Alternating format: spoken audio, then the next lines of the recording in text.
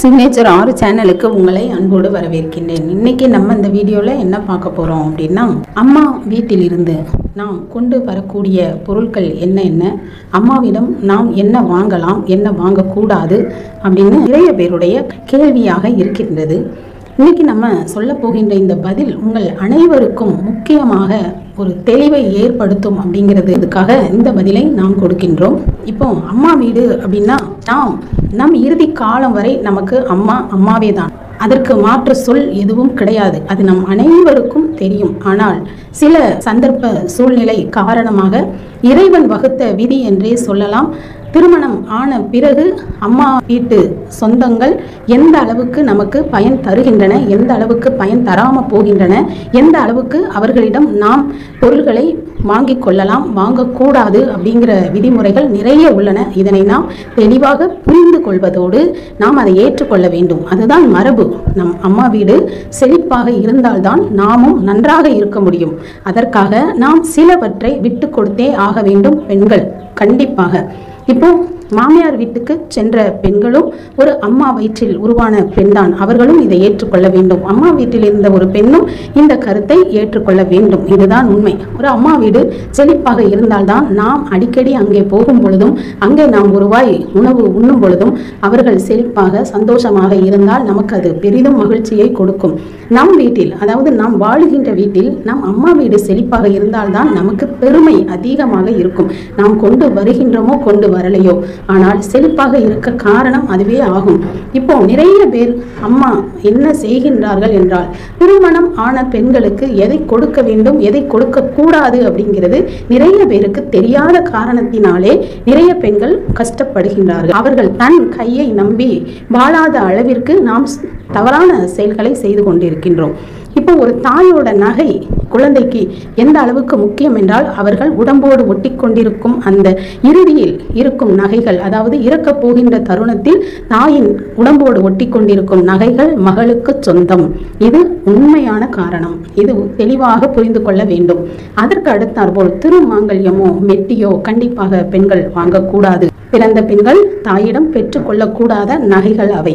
அடுத்ததாக பிறந்த வீட்டிற்கு போனால் மளிகை பொருட்களை அள்ளிக்கொண்டு வரக்கூடாது. நிறைய விஷயங்கள் இருக்கின்றன, அதில் உட்கருத்துக்களும் இருக்கின்றன. நாம் அதை தெளிவாக புரிந்து கொள்ள வேண்டும். வருடம் ஒரு முறை 6 மாதம் ஒரு முறையோ பிறந்த பெண்ணுக்கு புடவை எடுத்து கொடுக்கலாம். புதிதாக எது கொடுத்தாலும் அம்மா வீட்டில் புதிதாக வாங்கி கொடுப்பது நலம். அதை இவர்கள் வாங்கிக் கொள்வதும் நலம். அப்போ வீடோ வாசலோ இவர்களுக்கு கொடுத்தாலும் அதனை அங்கே இருப்பவர்கள் மனம் கோணாமல் அவர்கள் மனதுக்கு சந்தோஷம் படும்படியாதான் நாம் அதை வாங்கி கொள்ள வேண்டும். அங்கே வாழ வந்த பெண்ணும் சரி, அங்கே நம் இருக்கும் உடன்பிறப்புகளும் சரி, அவர்கள் மனம் மகிழ்ந்து அனைவரும் ஏற்றுக்கொண்டு நமக்கு கொடுக்கும் பொருளை நாம் மனதார ஏற்றுக்கொள்ளலாம். சிறு பிழை கூட, சிறு வருத்தம் கூட அவர்கள் மனதில் இருந்தாலும் நாம் அதை பெற்றுக்கொள்ளக்கூடாது. திருமணம் ஆகிவிட்டாலே நமக்கு புகுந்த வீடு மிக மிக மிக மிக முக்கியம். அதற்காக பிறந்த வீட்டை மறக்க வேண்டுமா? அப்படி கிடையாது. நாம் இறக்கும் வரை நம் பிறந்த வீட்டை எந்த பெண்ணாலும் மறக்கவும் முடியாது, மறுக்கவும் முடியாது. ஆனால் அவர்களிடம் இருந்து வாங்கும் பட்சத்தை நாம் நிறுத்தி கொள்ளலாம். மெதுவாக அவர்களிடம் எந்த அளவுக்கு நாம் கை ஏந்தி கொண்டு நிற்கின்றோமோ அந்த அளவுக்கு நமக்கு வறுமை சூழ்ந்து கொண்டே இருக்கும். இதனை நாம் புரிந்து கொள்ள வேண்டும். அது எதற்காக? இது நிறைய பெண்களுக்கு புரியும். நீங்க அம்மா வீட்டில இருந்து எந்த அளவுக்கு வாங்குறீங்களோ அந்த அளவுக்கு உங்களுக்கு கஷ்டங்கள் இருந்து கொண்டே இருக்கும். அதை நிறுத்தி பாருங்கள். உங்களின் செல்வம் நிறைய பெருக ஆரம்பிக்கும். நீங்கள் தன் உழைப்பில் வாழ்ந்து பாருங்கள். உங்கள் பணம் பல மடங்கு பெருக ஆரம்பிக்கும். நீங்கள் வேண்டுமென்றால் உங்கள் தாய்க்கு தாராளமாக செய்யுங்கள். பிறந்த பெண்கள் தாய்க்கு வேண்டுமானால் அள்ளி அள்ளி கொடுங்கள். அம்மாவை கவனியுங்கள். ஆனால் அம்மாவிடமிருந்து பெற்றுக்கொள்வதை நிறுத்தி கொள்ளுங்கள். அது உங்களுக்கு நிறைய விஷயங்களை சொல்லிக் கொடுக்கும். கண்டிப்பாக இதுல எத்தனை பேர் அப்படி இருக்கீங்க அப்படிங்கிறத கண்டிப்பாக நீங்க கமெண்ட் செக்ஷன்ல சொல்லுங்க. அது நிறைய பேருக்கு ஆறுதலாகவும் நாமளும் இப்படி வாழணும் அப்படிங்கிற எண்ணத்தையும் ஊக்குவிக்கும். ஏன்னா திருமணம் ஆகும் பொழுதே அவர்கள் நிறைய சீர் செய்துதான் அனுப்பி வைக்கின்றார்கள். நாம் மேலும் மேலும் வாங்கி கொண்டு இருக்கவே கூடாது. ஆடி நிறைய விஷயங்கள், தலை தீபாவளி, தலை பொங்கல், தலை ஆடி, இப்படி அவர்கள் வரிசையாக செய்து கொண்டிருக்கின்றார்கள். இறக்கின்ற பொழுது கூட பிறந்த கோடி இல்லாமல் சவம் போவது கிடையாது. இது உலகம் அறிந்த உண்மை. இது எதை வாங்க வேண்டும், எது வாங்கக்கூடாது அப்படிங்கிற கருத்துக்களை நாம் புரிந்து கொண்டு பிறந்த வீட்டை நம் மனதார வாழ்த்த வேண்டும்.